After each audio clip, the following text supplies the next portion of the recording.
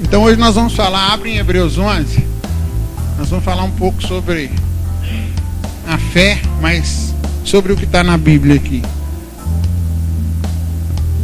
Você que não tiver fé, peça a Deus e Ele te dará, que Ele é bom. Hebreus capítulo 11, vamos falar um pouco, né? Ali diz assim: as coisas que se não se veem são as coisas de Deus, os bens futuros, em Hebreus 9, 11. Volta um pouco. 9, 11. Fala assim: quando, porém, veio Cristo como um sumo sacerdote dos bens já realizados, mediante o maior e mais perfeito tabernáculo, não feito por mãos, quer dizer, não desta criação. Ou seja, aqui está falando que os bens, que aquilo que a gente pede a Deus, já foi realizado em Cristo. Então ali a palavra está, as melhores promessas. Vamos em 8,6 para a gente ver. Olha aí. Agora, com efeito, obteve Jesus ministério tanto mais excelente, quanto é ele também mediador de superior aliança, instituída com base em superiores promessas. Então, a palavra diz lá em Romanos que do povo de Israel era o que? O culto, não é? O que mais? As promessas, o que mais? E o Messias. E eles recusaram. Então essas promessas, né, foram transmitidas para quem? Bate aí no peito assim: para mim. Tá, para mim e para você. Você tem que estar cheio dessa promessa. Então, mas isso depende de quê? Da fé. E o que é a fé? É o firme fundamento das coisas que não se veem, mas que se esperam. Hoje nós vamos ver alguns desses homens aqui, tá? Em Hebreus 11. Abel, vamos lá? Em Hebreus 11, primeiro para a gente ver, tá? O primeiro da lista aqui, olha, vamos entender, tá? No verso 4. Vamos entender. Pela fé, Abel ofereceu a Deus mais excelentes sacrifícios do que Caim, pelo qual obteve testemunho de ser justo, tendo a aprovação de Deus quanto às suas ofertas. Por meio dela também mesmo, depois de morto, ainda fala. Isso está lá em Gênesis capítulo 4, verso 3 ao 10. Por que o nome dele está inscrito ali e o de Caim não está? Abre 1 João 3,12. Vamos lá, para a gente saber. 1 João 3,12.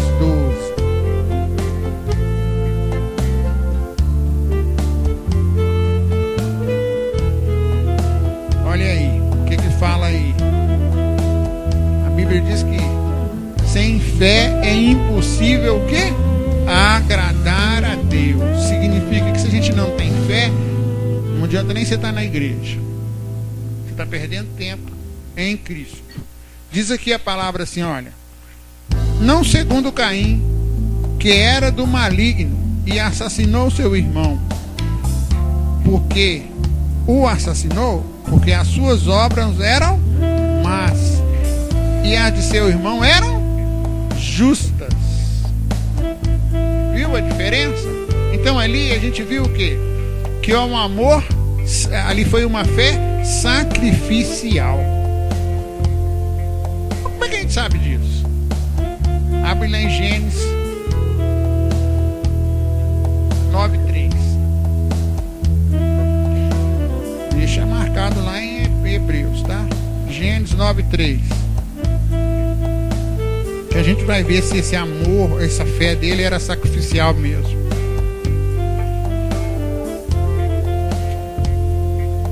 Glória a Deus. Achou? Quem achou aí?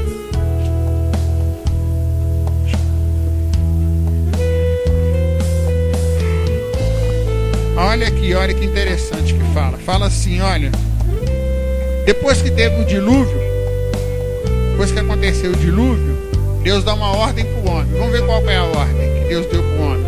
Lá em Gênesis 9, diz assim, no verso 3.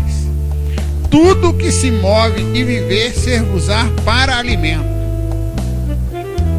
Como vos dei a erva verde, tudo vos dou agora. Carne, porém, com a sua vida, isto é, com o seu sangue, não comereis. Então, para que o Abel criava ovelha?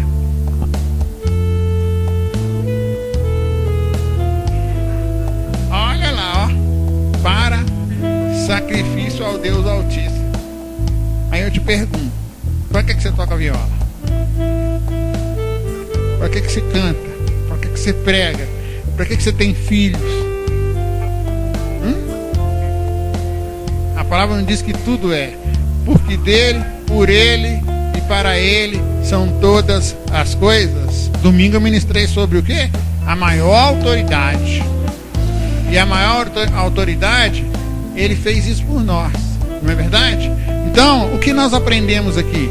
A oferta de Abel foi movida pela fé em Deus. Judas 11, vamos lá? Vamos lá? Lá, Judas é o penúltimo livro da Bíblia. É antes de Apocalipse. 11.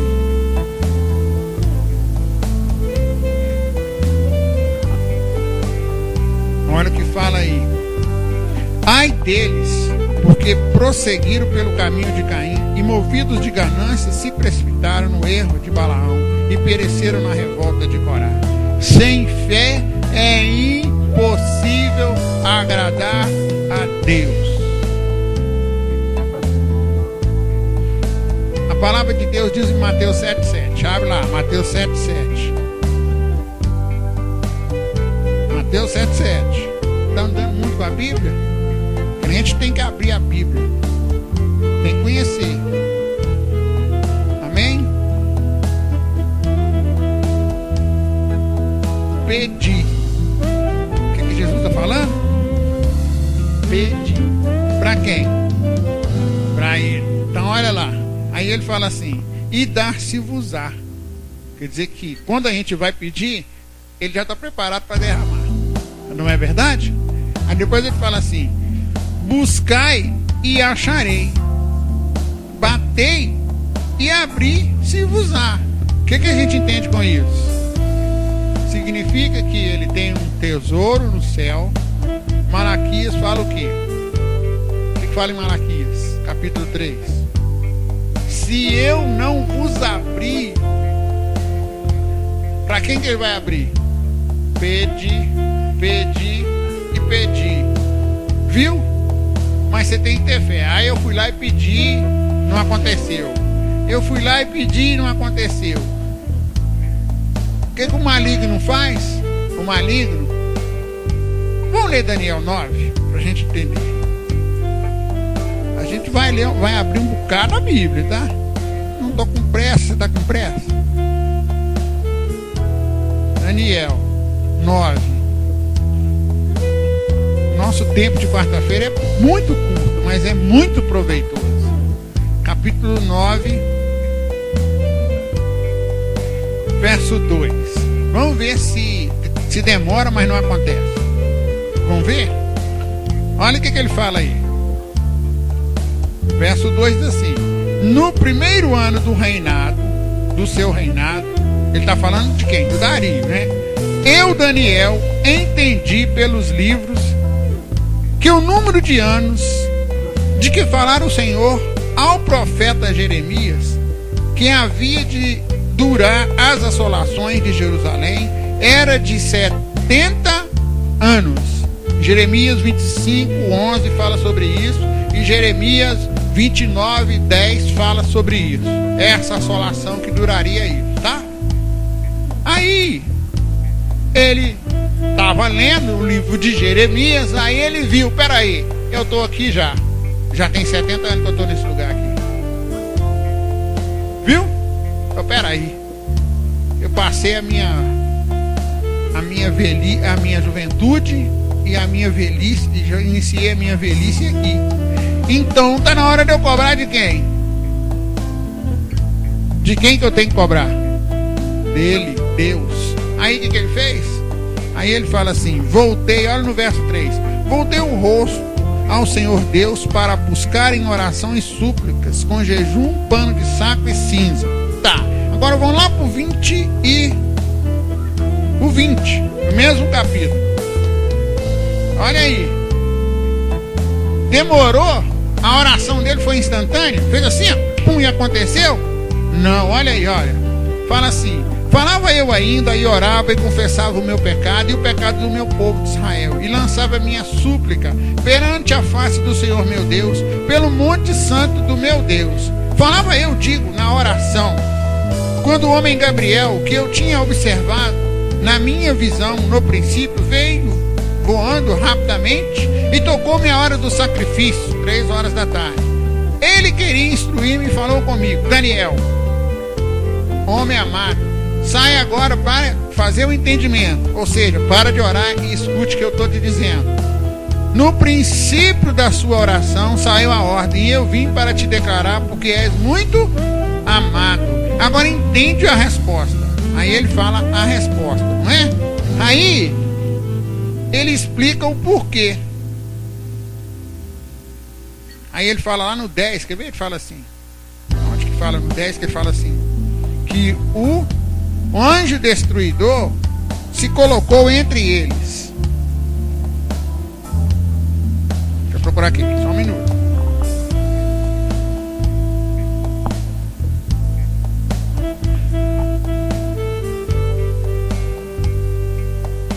É, 10:13, abre aí.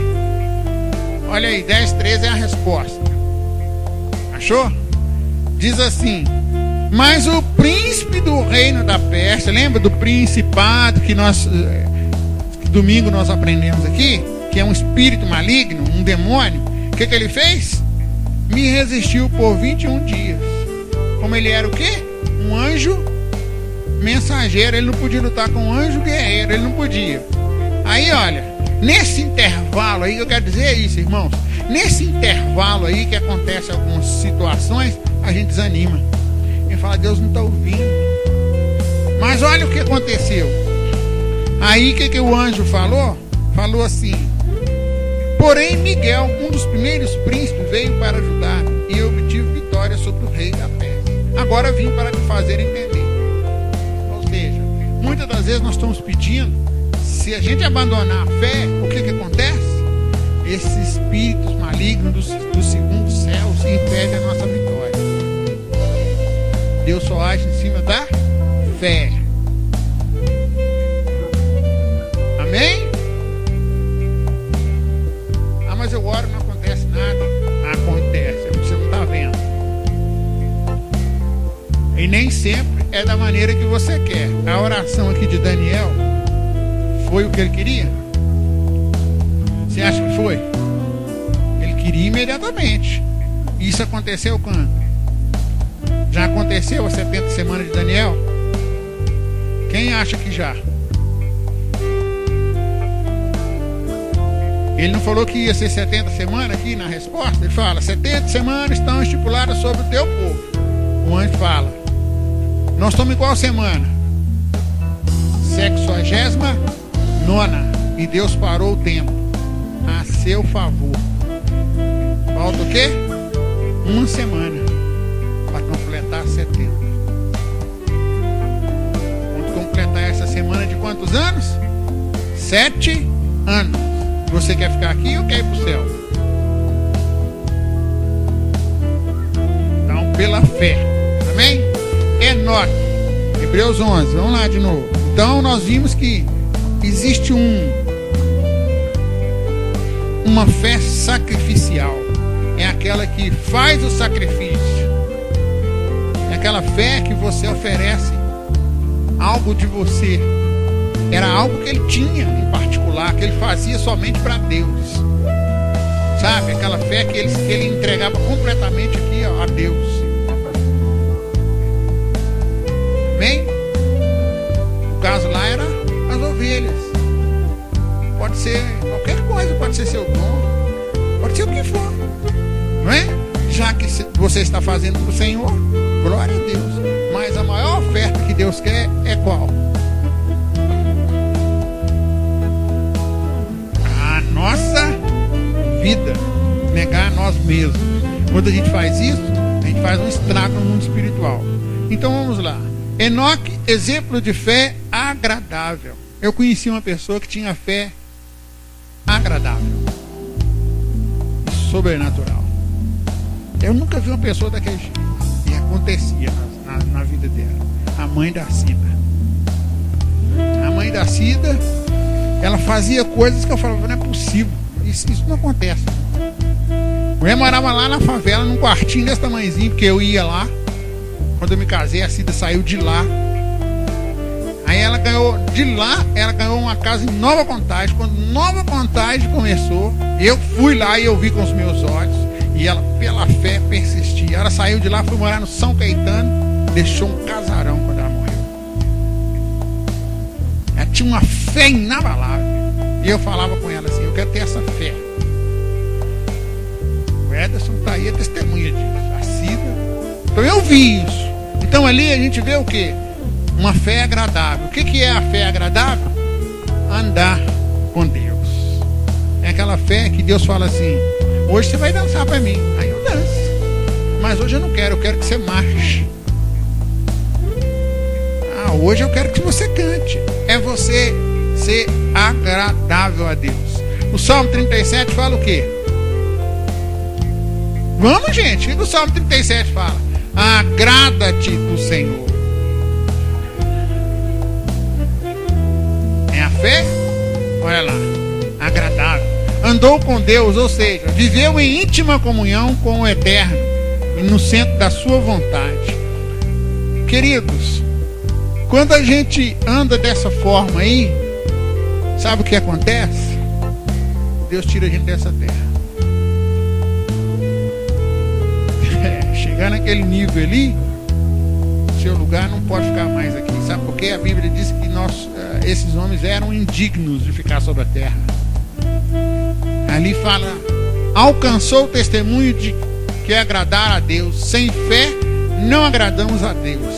Hebreus 11:6, né? Que diz assim, de fato, sem fé é impossível agradar a Deus. Portanto, é necessário que aquele que se aproxima de Deus creia que Ele existe e que torna galardoador dos que o buscam. O que é um galardão? Prêmio. É tão maravilhoso isso que Deus, pela fé, Ele te dá salvação, olha, salvação, reconciliação, justificação e galardão. Já parou para pensar nisso? Você tem livre acesso à sala do trono a qualquer momento pela fé e pelo sangue de Jesus para pedir o que você quiser. Já parou para pensar nisso? Não, mas eu tenho que ir lá na casa do fulano de tal, porque ele é uma bênção, ele que vai chegar lá e vai entrar na sala do trono, aí ele vai vestir aquela roupa de sacerdote com as 12 pedras, aí ele vai pôr aquele capzinho na cabeça e ele vai interceder por mim. É isso que a Bíblia diz? A Bíblia diz o contrário, olha lá. Amém?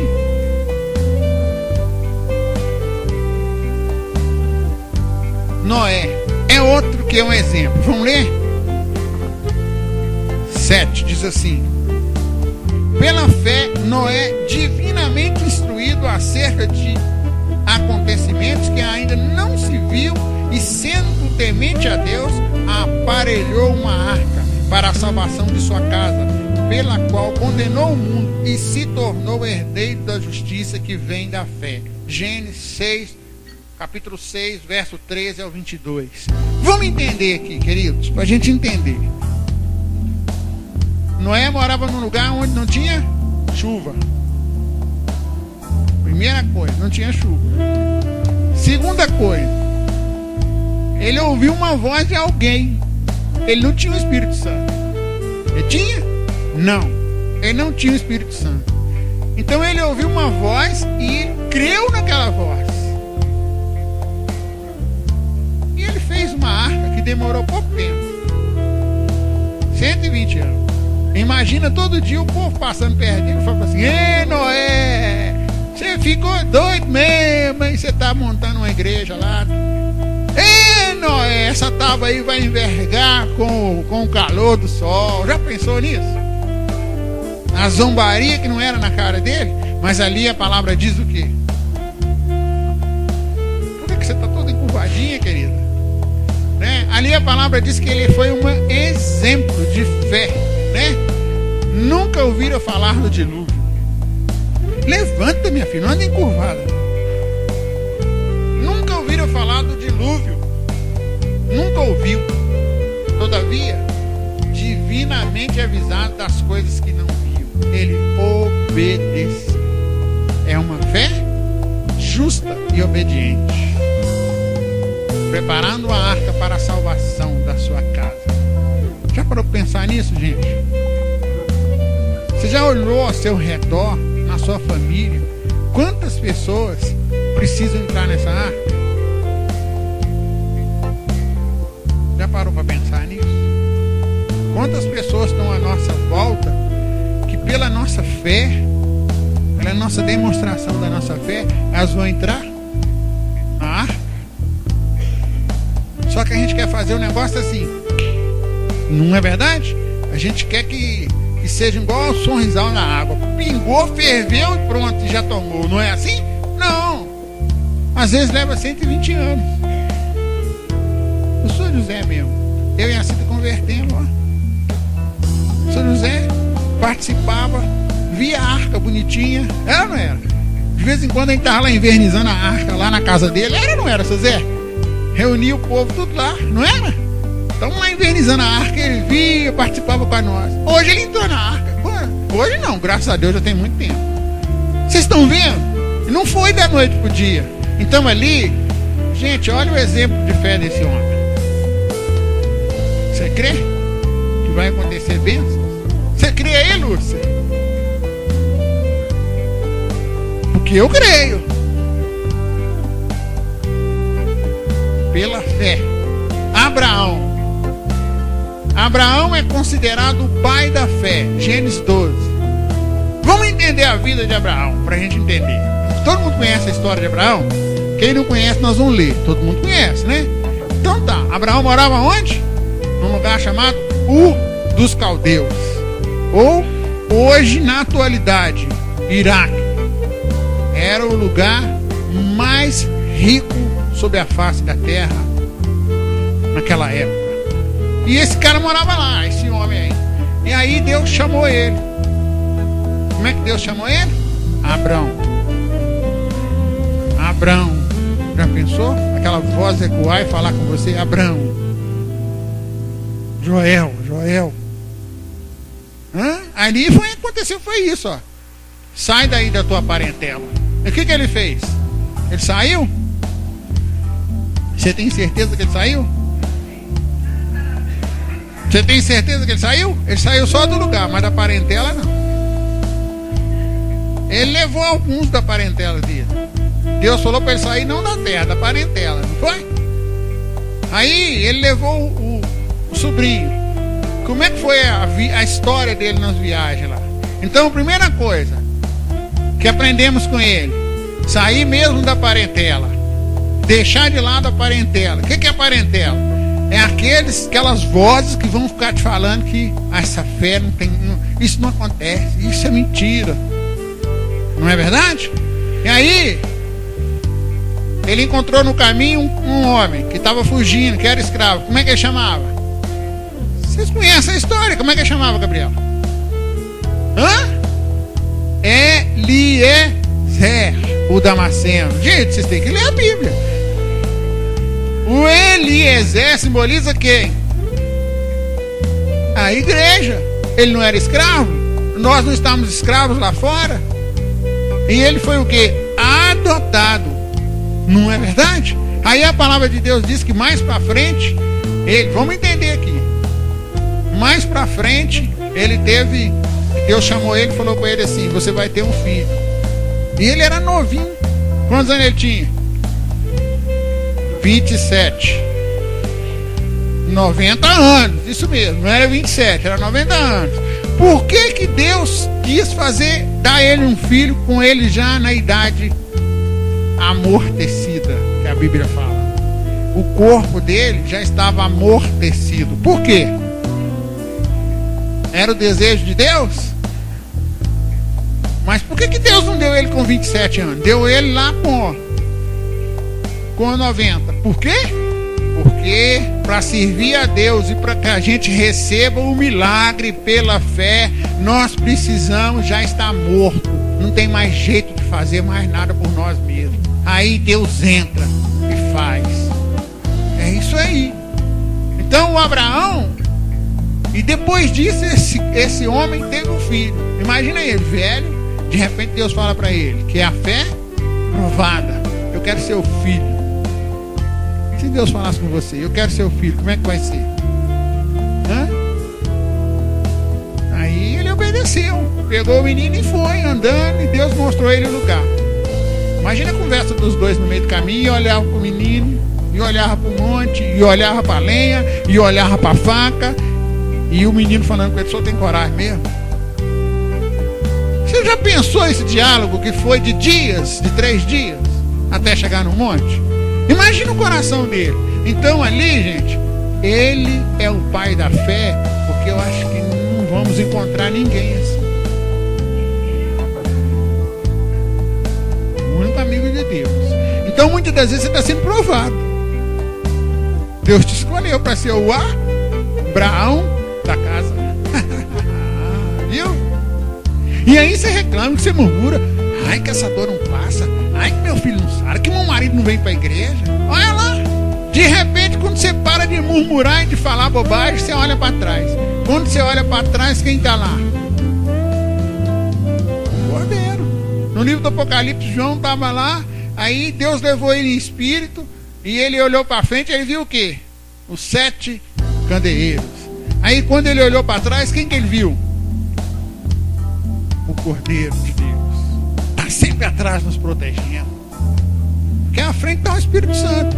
Então o que nós aprendemos com ele? Em Gênesis 15:6.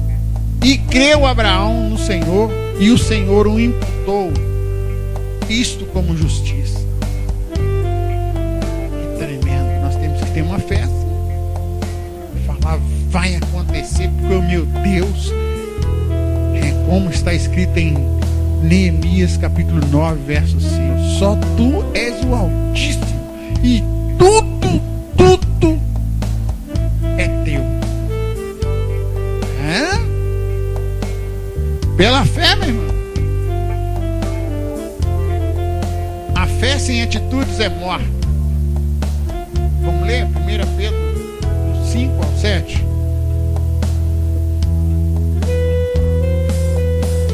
1 Pedro 5-7. 2 Pedro, perdão, irmãos.